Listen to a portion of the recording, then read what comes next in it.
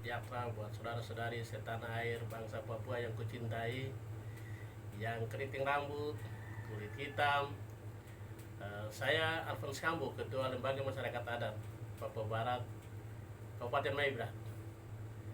Pada kesempatan ini saya menyampaikan tanggapan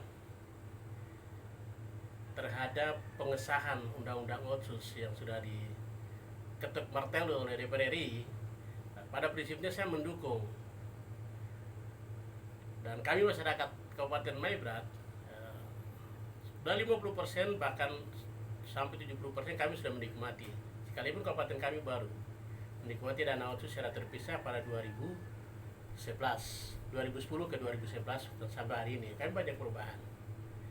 Namun saja pengesahan itu baru 50%, saya akui. Kami mengakui 50%, tapi 50% masih syarat kepentingan dari pusat. Kenapa?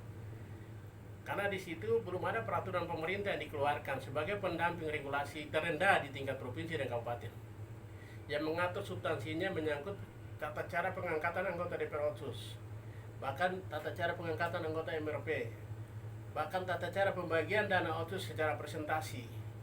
Ini tidak bisa disebut dalam undang-undang, tetapi harus ada peraturan pemerintah yang menjelaskan itu, sehingga di Perdasus itu menjadi acuan Permendagri atau seperti itu, sehingga ke depan jangan terulang hal yang sama di 2000 tahun yang silam.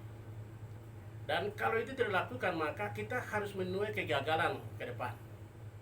Jadi saya menghimbau kepada Mendagri, saya menghimbau kepada pemerintah pusat, segera ditinjau supaya ada peraturan pemerintah yang diturunkan sebelum beralih dari 2020 ke 2022, maksudnya 2020 tahun yang silam memasuk ke 2020 tahun yang akan datang. Perlu ada peraturan pemerintah yang harus diturunkan dulu, supaya itu menjadi acuan. Pengalaman Perdasus yang dilakukan selama ini yang menguasai sistem itu adalah orang yang ada dalam kepentingan, sehingga tidak ada pendampingan pengawalan untuk dana otsus dengan baik. Ya, dua lembaga resmi yang sudah disebut dalam Undang-Undang Otsus, DPR Otsus dengan MRP Otsus. Ini tidak jelas, karena orang-orang yang duduk sana juga orang yang awam sekali tentang kultur, awam sekali tentang politik, yang penting masuk dalam sistem.